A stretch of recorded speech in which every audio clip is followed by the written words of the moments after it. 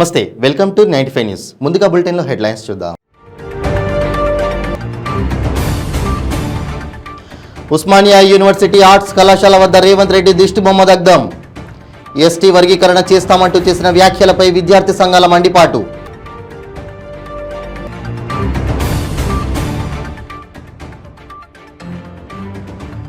మెట్పల్లి పట్టణంలో యువత మంచి భవిత కార్యక్రమం. యువత చెడు అలవాట్లకు దూరంగా ఉండాలన్న ఎస్పీ భాస్కర్.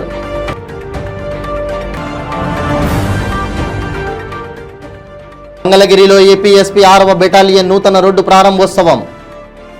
ఎమ్మెల్యే ఆళ్ల రామకృష్ణారెడ్డితో కలిసి ప్రారంభించిన డీజీపీ రాజేంద్రనాథ్ రెడ్డి. విశాఖలో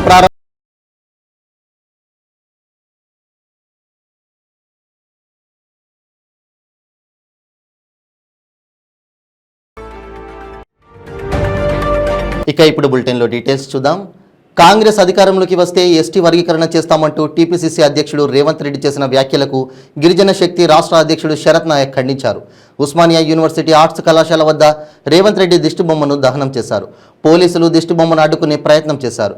ఈ సందర్భంగా శరత్ నాయక్ మాట్లాడుతూ రేవంత్ రెడ్డి ఎస్టీ వర్గీకరణ చేస్తామనడం గిరిజనులో చిచ్చుపెట్టి లేనిపోని రాజకీయాలకు తెరలేపుతున్నారన్నారు. రేవంత్ రెడ్డి తెలంగాణలో తిరగనివ్వమని హెచ్చరించారు. కాంగ్రెస్ అధిష్టానం దీన్ని గ్రహించి రేవంత్ రెడ్డి వ్యాఖ్యలను వెనక్కు తీసుకునే విధంగా మందలియాలని కోరారు. లేని పక్షంలో కాంగ్రెస్ పార్టీకి గిరిజనుల ఓట్లు తగ్గుతాయని హెచ్చరించారు. రేవంత్ రెడ్డి గిరిజనులకు క్షమాపణ చెప్పకుంటే త్వరలో గాంధీ భవన్ ముట్టడిస్తామని హెచ్చరించారు.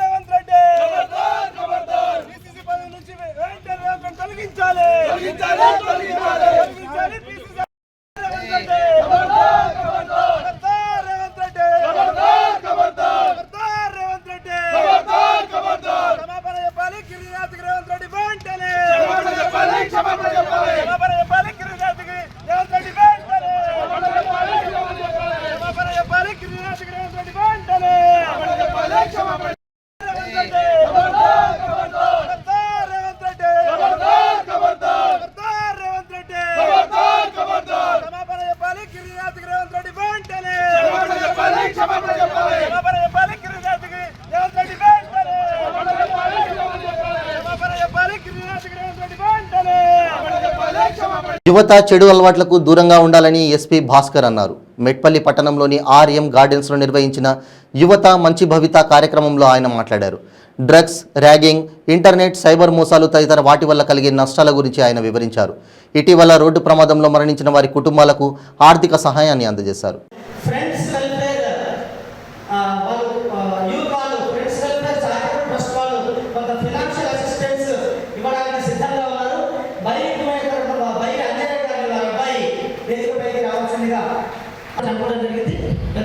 ఎస్పీ గారు చాలా అనేక కార్యక్రమాలు నిరుపేదలైన విద్యార్థులకి పుస్తకాలు అందించడం, ఇంకా కరోనా సమయంలో ఇబ్బంది పడిన అనేక కుటుంబాలకు వాళ్ళు నిత్యావసర సరుకులు అందించడం, ఇలా మానవ సేవ అని వాళ్ళు అందిస్తున్నటువంటి ప్రత్యక్ష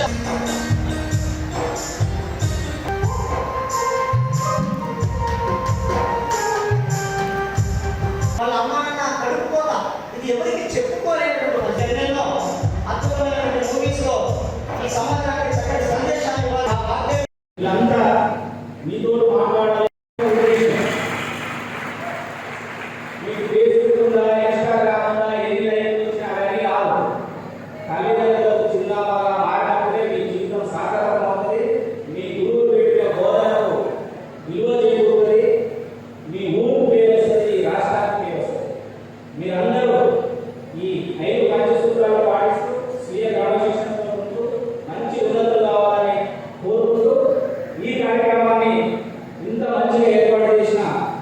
Metpally CI Lakshminarayana, SI Shyam, DSP గారు, కోరుల సిఐ మేడం, మా సిబ్బంది, హోంగార్డ్ ఆఫీసర్స్ అందరికీ ప్రత్యేకంగా అభినందనలు తెలియజేస్తున్నాను. ఇక్కడికి వచ్చేసిన చాలా దూరం నుంచి సౌమ్య ఉస్నాబాద్ సౌమ్య అంటే ఇప్పుడు మన జగిత్యాల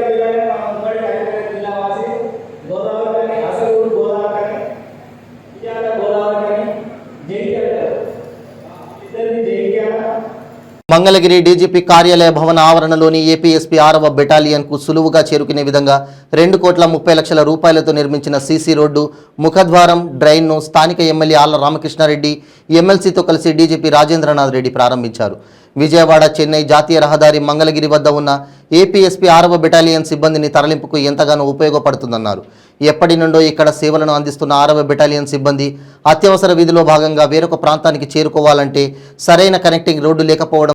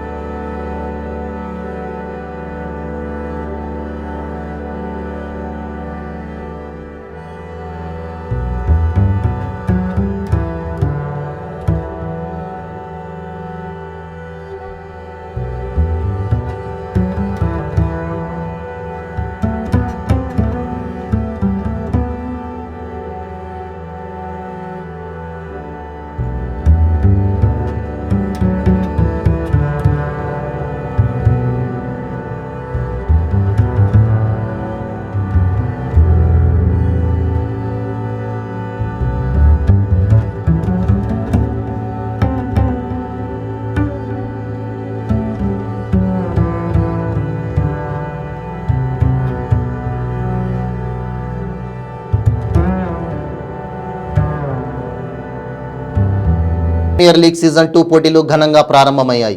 ఈ నెల 27వ తేదీ వరకు జరగనున్నాయి. ఆంధ్రప్రదేశ్ నుంచి 6 టీములు ఈ పోటీలకు తలపడనున్నాయి. భారత క్రికెట్ జట్టులో ఆడుతున్న భరత్, విహారీ వంటి ప్లేయర్లు ఈ మ్యాచ్లో పాల్గొంటున్నారు. రాష్ట్ర పరిశ్రమల శాఖ మంత్రి అమర్నాథ్ వీటిని లాంఛనంగా ప్రారంభించారు. ఆంధ్రప్రదేశ్ ప్రీమియర్ లీగ్లో మన రాష్ట్రానికి చెందిన క్రీడాకారులు ప్రతిభ కనబరిచి ఐపీఎల్, ఇంటర్నేషనల్ క్రికెట్లో మ్యాచ్లు స్థానం సంపాదించి రాష్ట్రానికి పేరు తేవాలని ఆకాంక్షించారు. Everyone is finished. Everyone is finished. Everyone is finished. No, please do it fast. We have just 15. You're always giving us. I do love India, but I also do love APL.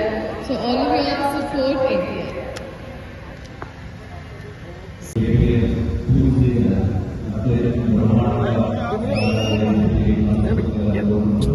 Wait.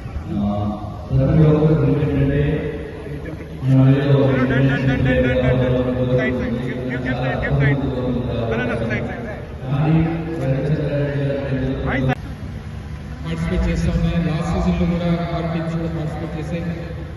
Almost last సీజన్లో నేను అసోసియేషన్తో మాట్లాడినప్పుడు చాలా మంది పెద్దలు చెప్పారు, almost 30 lakh views వచ్చాయి last సీజన్కి, చాలా పెద్ద హిట్ అయిందని చెప్పి చెప్పడం జరిగింది. వీటన్నిటికన్నా ముఖ్యం ఆంధ్రప్రదేశ్ నుంచి రాష్ట్రంలో ఉన్నటువంటి ఇంకా క్రికెటర్స్ని నేషనల్ లెవెల్లో జరుగుతున్నటువంటి ఐపీఎల్ కానీ లేదా ఇంటర్నేషనల్ లెవెల్లో జరుగుతున్నటువంటి మ్యాచెస్లో మన రాష్ట్రం తరఫు నుంచి రిప్రజెంట్ చేసేటువంటి విధంగా ఇది దోహదపడాలనేటువంటి ఉద్దేశంతో దీన్ని ప్రభుత్వం కూడా ఎంకరేజ్ చేసినప్పుడు ముఖ్యమంత్రి తరఫున పెద్ద ఎత్తున ఈ కార్యక్రమాన్ని ఎంకరేజ్ చేసి స్టార్ట్ చేయమంటారా? గుడ్ ఈవినింగ్ అందరికీ. ఎన్నో రోజుల నుంచి వెయిట్ చేస్తున్న Andhra premium league season 2 count down start అయింది. ఇంకొక హాఫ్ అన్ అవర్లో మనకి మ్యాచ్ స్టార్ట్ అవుతుంది. ఒక ఆంధ్ర వ్యక్తిగా మనం ఆనందపడాల్సిన క్షణం, ఎందుకంటే మన ఆంధ్ర మన ఏపీఎల్ అనే దీని నినాదంతో మనం రావడం జరిగింది. ఎందుకంటే భారతదేశంలో మనకన్నా ముందు ఓన్లీ ఒక 3 స్టేట్స్ మాత్రమే ఈ ప్రీమియం లీగ్ చేయడం జరిగింది. ఆంధ్ర క్రికెట్ అసోసియేషన్ ఉన్న రెప్యుటేషన్ అయితేనేమి, మా ప్రెసిడెంట్ శరత్ చంద్రారెడ్డి గారి యొక్క ఇనిషియేషన్తో అయితేనేమి, మాకు 4th స్టేట్గా ఏపీఎల్ సీజన్ 2 రావడం జరిగింది. సీజన్ 1 మనం చాలా బాగా చేశాం. సీజన్ 2 ఈ రోజున లాంచ్ అవుతుంది. సీజన్ 2 దీని మా యొక్క ఆంధ్ర క్రికెట్ అసోసియేషన్ యొక్క ముఖ్య ఉద్దేశం ఎవరైతే ఫ్యూచర్లో ఇండియాకి కానీ అలానే ఐపీఎల్కి కానీ లేదంటే నెక్స్ట్ లెవెల్ టోర్నమెంట్స్ ఆడే టాలెంట్ ఉన్న పిల్లలందరినీ ప్లేయర్స్ అందరినీ ఒక 6 టీములుగా చేర్చి ఈ 6 టీములు ఒక ప్రొఫెషనల్ టోర్నమెంట్. ఎందుకంటే ఈ రోజున 6 టీముల్లో ఇండియాకి ఆడిన భరత్ ఉన్నారు, ఇండియాకి ఆడిన విహారీ ఉన్నారు, అండర్-19 వరల్డ్ కప్ ఆడిన రషీద్ ఉన్నారు, రంజీలు ఆడిన చాలా మంది ఉన్నారు. వీళ్ళందరూతో పాటి అండర్-19లో ఉన్న వాళ్ళు కానీ అండర్-22లో ఉన్న వాళ్ళు కానీ అందరినీ కలుపుతూ ఒక 120 మందిని మనం ఇక్కడ ఒక చోటికి చేర్చి ఈ మ్యాచెస్ చేస్తున్నాం. దాదాపు 1000 మందిలో నుంచి ఒక 120 మందిని ఫ్రాంచైజీ తీసుకోవడం జరుగుతుంది. వీళ్ళందరి యొక్క స్కిల్ సెట్ రేపు పెంచుకున్నప్పుడే రాబోయే రోజుల్లో హయ్యర్ లెవెల్ ఆడడానికి క్రియేట్ చేసే ఒక ఎన్విరాన్మెంట్ ఇది. ఖచ్చితంగా ఈ సీజన్ 1 అయిన తర్వాత చాలా మందికి మెన్కి కానీ ఉమెన్కి కానీ ఐపీఎల్లో ఛాన్సెస్ మన ప్లేయర్స్కి వచ్చాయి. అలానే season 2 is going to be మంచి ప్లాట్ఫామ్ అవుతుంది. మన పిల్లలకు మన ప్లేయర్స్కు మంచిగా సహాయపడుతుందని కోరుకుంటూ ఈ క్రమంలో మీ అందరి, ఎందుకంటే ప్రెస్ ఈజ్ ఆల్వేస్ ఇంపార్టెంట్. మనం అనుకున్న దాన్ని బయటికి వెళ్ళాలి అని అంటే ఈ న్యూస్ మీ ద్వారా వెళ్ళాలి. ఈ రోజు నుంచి star sports throughout the country చేస్తున్నాం. పాయింట్ నెంబర్ 2 ఈసారి ఈ గిఫ్ట్ సిస్టమ్ పెట్టాం. పాయింట్ నెంబర్ 3 అలానే ఏదైతే మ్యాచెస్ అన్ని మ్యాచెస్కు మేము ఫ్రీగా టికెట్స్ తీసుకుని ఫ్రీగా అడ్మిట్ చేయడం జరుగుతుంది. ప్రతి వీకెండ్లో కూడా ఎంటర్టైన్ ద స్పెక్టేటర్స్ ఎంటర్టైన్ చేయడానికి డిఫరెంట్ కార్యక్రమాలు చేపట్టబోతున్నాం. పాయింట్ నెంబర్ 5 వచ్చిన అందరికీ కూడా గిఫ్ట్స్ రూపంలో లాటరీలు తీసి గిఫ్ట్ ఇవ్వడం కూడా జరుగుతుంది. Thank you. సంగారెడ్డి జిల్లా హత్నూర మండలంలో జర్నలిస్టుల ఇళ్ల స్థలాల పంపిణీలో భారీ అవకతవకలు జరిగాయి. గతంలో ప్రభుత్వం నుంచి లబ్ధి పొందిన జర్నలిస్టులకే మళ్లీ ఇండ్ల స్థలాల పట్టాలను నర్సాపూర్ ఎమ్మెల్యే మదన్ రెడ్డి చేతుల మీదుగా అందజేయడం పట్ల పలు జర్నలిస్ట్ సంఘాలు నాయకులు ఆగ్రహం వ్యక్తం చేస్తున్నారు. అంతేకాకుండా మండలంలో చందాపూర్ గ్రామ శివారులో ఇండ్ల స్థలాలు కేటాయించడం స్థానికులకు ప్రజాప్రతినిధులకు తెలియకుండా చేయడం పట్ల వారు ఆగ్రహం వ్యక్తం చేస్తున్నారు. స్థానిక తహసీల్దార్ ఇండ్ల స్థలాల పంపిణీ విషయం తెలియకపోవడం, ఆఫీసర్ల పాత్రపై పలు అనుమానాలు వ్యక్తమవుతున్నాయి. గతంలో గుండ్ల మాచనూరు గ్రామ శివారులో వీకర్ సెక్షన్ కింద సర్వే నంబర్ 237లో 30 గుంటల పొలం కాసాల శివారులో 336 సర్వే నంబర్లో 2 గుంటలు ఇళ్ల స్థలాల కోసం ప్రభుత్వం నుంచి లబ్ధి పొందిన వారే ప్రస్తుతం చందాపూర్ శివారులో మళ్లీ ఇండ్ల స్థలాల పట్టాలు తీసుకోవడంపై సామాన్యులు ముక్కున వేలేసుకుంటున్నారు. ఆఫీసర్లు ఆక్రమణకు పాల్పడడం, నిజమైన లబ్ధిదారులను గుర్తించకపోవడం వల్లనే జర్నలిస్టులకు అన్యాయం జరుగుతుందని ఆవేదన వ్యక్తం చేశారు.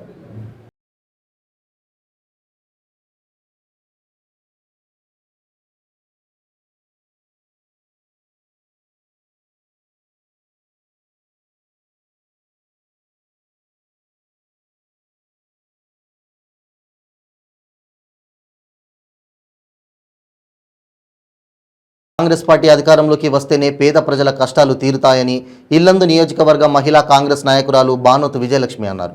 ఆమె ఆధ్వర్యంలో పట్టణంలో భారీ ప్రదర్శన నిర్వహించారు. ఈ సందర్భంగా ఆమె మాట్లాడుతూ కేంద్ర రాష్ట్ర ప్రభుత్వాలు అవలంబిస్తున్న ప్రజా వ్యతిరేక విధానాలను నాయకులు ఎండగట్టాలన్నారు. కాంగ్రెస్ పార్టీ అధికారంలోకి వస్తే ఏకకాలంలో రైతుకు 2 లక్షల రుణమాఫీ, ధరణి పోర్టల్ రద్దు, గ్యాస్, విద్యుత్ ధరలు తగ్గుతాయని తెలిపారు. కాంగ్రెస్ పార్టీలో ఎంతో మంది త్యాగధనులు, ఎంతో మంది తమ జీవితాన్ని ధారపోశారు.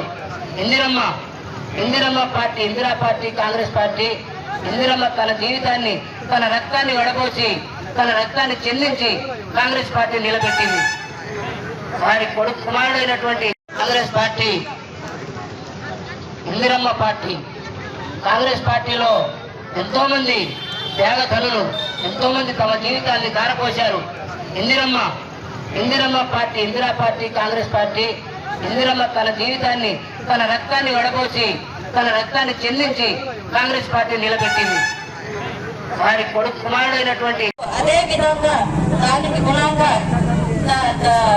మన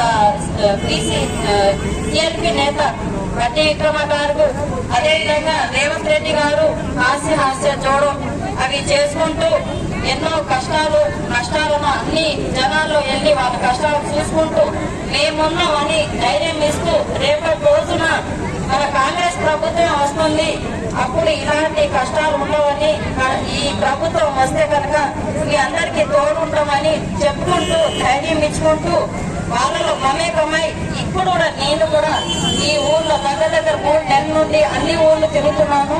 చాలా కష్టాలు ఉన్నారండి. పింఛన్లు లేవు, ఇందిరమ్మ ఇల్లు ఎప్పుడైతే ఆ రోజు రాజశేఖర్ రెడ్డి ఉన్నప్పుడు, రాజశేఖర్ రెడ్డి కాంగ్రెస్ ప్రభుత్వం ఉన్నప్పుడు ఏవైతే ఇల్లులు ఉన్నాయో ఇప్పుడు కూడా అవే ఇల్లులు ఉన్నాయి.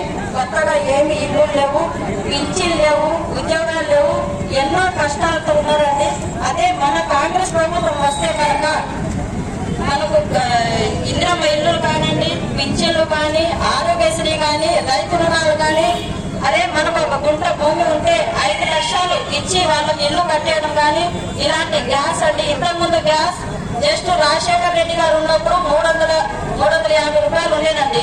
ఇప్పుడు 1250 ఉంటుంది. అదే మన ఈ ప్రభుత్వం వస్తే కనుక 500కే గ్యాసులు ఇస్తున్నారు.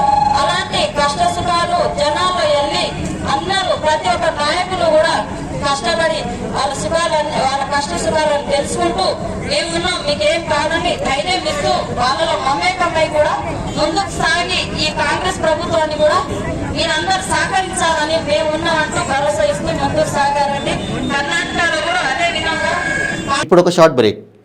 బడుగు బలహీన వర్గాల నాయకుడు తెలంగాణ సింహం సర్దార్ సర్వాయి పాపన్న గౌడ్ గారి 373వ జయంతి సందర్భంగా వారికి ఘన నివాళులు తెలియజేస్తున్న వారు Balagouni Ramulu Goud, Tellapur municipality vice chairman, Ramachandrapuram మండలం మాజీ ZPTC. Welcome back to 95 news. Bhadradri Kothagudem జిల్లా పాల్వంచలో పద్మభూషణ్ మెగాస్టార్ చిరంజీవి జన్మదిన వారోత్సవాలలో భాగంగా Kasim new Palvancha mega fans అధ్యక్షుడు ఆధ్వర్యంలో పాల్వంచ లక్ష్మీదేవి పల్లిసాయి బాబా గుడి నందు ప్రత్యేక పూజా కార్యక్రమం నిర్వహించారు.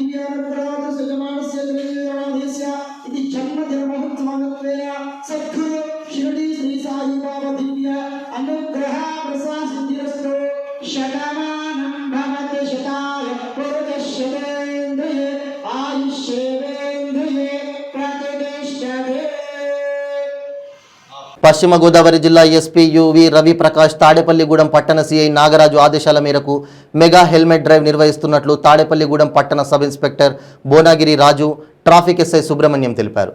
పశ్చిమ గోదావరి జిల్లా తాడేపల్లిగూడెం పట్టణ పోలీస్ ఐలాండ్ సెంటర్ వద్ద మెగా హెల్మెట్ డ్రైవ్ నిర్వహించారు.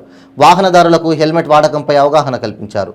ఈ సందర్భంగా ఎస్ఐ బోనాగిరి రాజు మాట్లాడుతూ వాహనదారులు ప్రతి ఒక్కరూ తప్పనిసరిగా హెల్మెట్ ధరించి ప్రమాదాలు జరిగినప్పుడు ప్రాణాలు కాపాడుకోవాలని సూచించారు. హెల్మెట్ లేకపోవడం వల్లనే తరచూ ప్రమాదాలు జరుగుతున్నాయని తెలిపారు.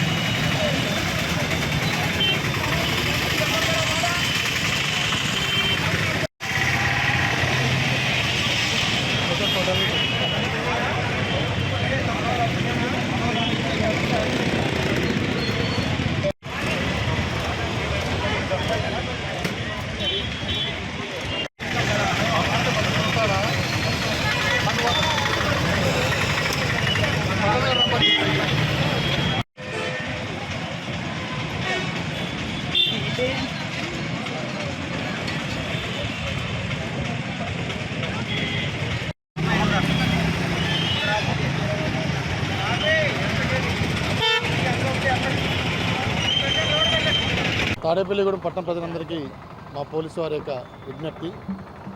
ముందుగా మా పశ్చిమ గోదావరి జిల్లా ఎస్పీ గారైన యు రూపేష్ ఐపీఎస్ గారు, అదేవిధంగా మా సబ్ డివిజనల్ ఆఫీసర్ అయిన శరత్ కుమార్ గారి యొక్క ఉత్తర్వుల ప్రకారం ఇవాళ తాడేపల్లిగూడెం ప్రాంతంలో హెల్మెట్ డ్రైవ్ అనేది కండక్ట్ చేయడం జరిగింది. గత 6 నెలల నుంచి మన జిల్లా మొత్తం, పశ్చిమ గోదావరి జిల్లా మొత్తం, అదేవిధంగా తాడేపల్లిగూడెం ప్రాంతంలో కూడా రోజుకి 2 గంటల చొప్పున వేరు వేరు ప్రాంతాల్లో మేము హెల్మెట్ డ్రైవ్ చేస్తున్నాము. జనాల్లో కొంత అవేర్నెస్ క్రియేట్ చేయడం కోసం కూడా మేము ప్రయత్నాలు చేశాము. దాని నిమిత్తం ఒక 40% దాకా జనాలు హెల్మెట్ పెట్టుకోవడం జరుగుతుంది. అదేవిధంగా క్యారీ చేస్తున్నారు పెట్టుకోకుండా. ముఖ్యంగా మీకు మేము తెలియపరచుకునేది ఏమిటనగా, హెల్మెట్ పెట్టుకున్న ఎడల మీ తలకి ఎటువంటి ప్రమాదం అనేది జరగకుండా ఉంటుంది. మనిషికి ఒక ఆయుపట్టు మన తల యొక్క మెదడు. దానికి ఏమైనా ప్రమాదం జరిగితే మన యొక్క ఆలోచన రీతిని, విజ్ఞతను మనం కోల్పోతాం. అందు నిమిత్తం మన కుటుంబం అనేది వెనకబడడానికి అవకాశం ఉంటుంది. అదేవిధంగా చట్టాలు కూడా చెప్తున్నాయి, హెల్మెట్ క్యారీ చేయండి, హెల్మెట్ పెట్టుకోండి. ఎటువంటి యాక్సిడెంట్లు ఏం జరిగినా హెల్మెట్ ఉన్న ఎడల ఇన్సూరెన్స్ కూడా కవర్ చేయడానికి అవకాశం ఉంటుంది. అది గమనించండి. ఇది మీకోసము, మీ కుటుంబాల కోసము మా పోలీస్ యంత్రాంగం అంతా చేసే ప్రయత్నమే తప్ప మిమ్మల్ని ఏదో విధంగా మిమ్మల్ని హెల్మెట్ పెట్టి పంపించాలి, మిమ్మల్ని హెరాస్మెంట్ చేయాలి అనే విధమైన ఆలోచనతో మాకైతే ఏమీ లేదు. అందరికీ పనులు ఉంటాయి, మేము కాదనము. కానీ ఆ పనుల్లో భాగంగానే మీరు వెళ్ళే ప్రయాణంలో హెల్మెట్ పెట్టుకుని, తలకి ద్విచక్ర వాహనం చేసే హెల్మెట్ పెట్టుకుని ప్రయాణిస్తే సురక్షితంగా వెళ్ళి మీ పనులు పూర్తి చేసుకొస్తారని మా యొక్క ఆలోచన. ఎందుకు చెప్తున్నామంటే, గత సంవత్సరం 2-3 సంవత్సరాల నుంచి మేము అనాలిసిస్ చేస్తే హెల్మెట్ లేకుండా యాక్సిడెంట్లు అనేవి 66% వరకు ఉన్నాయి. చనిపోయిన వాళ్ళు కూడా ఎక్కువ మంది ద్విచక్ర వాహనాల మీద ప్రయాణించేవాళ్ళు. అందు నిమిత్తం మా జిల్లా ఎస్పీ గారు ప్రత్యేకంగా ఈ హెల్మెట్ డ్రైవ్ అని జిల్లా మొత్తంగా కండక్ట్ చేస్తున్నారు. ఆ భాగంలోనే ఈరోజు కూడా తాడేపల్లిగూడెం ప్రాంతంలో హెల్మెట్ డ్రైవ్ కంటిన్యూ చేస్తున్నాము. ఇక్కడి నుంచి కూడా ఈ హెల్మెట్ డ్రైవ్ కంటిన్యూ ఉంటుంది. బులెటిన్ ముగించే ముందు హెడ్లైన్స్ మరోసారి. ఉస్మానియా యూనివర్సిటీ ఆర్ట్స్ కళాశాల వద్ద రేవంత్ రెడ్డి దిష్టిబొమ్మ దగ్ధం. ఎస్టీ వర్గీకరణ చేస్తామంటూ చేసిన వ్యాఖ్యలపై విద్యార్థి సంఘాల మండిపాటు.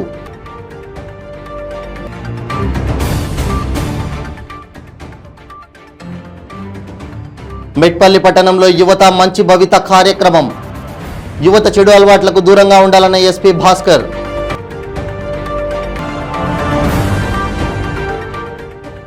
మంగళగిరిలో ఏపీఎస్పీ 6వ బెటాలియన్ నూతన రోడ్డు ప్రారంభోత్సవం. ఎమ్మెల్యే ఆళ్ల రామకృష్ణారెడ్డితో కలిసి ప్రారంభించిన డీజీపీ రాజేంద్రనాథ్ రెడ్డి.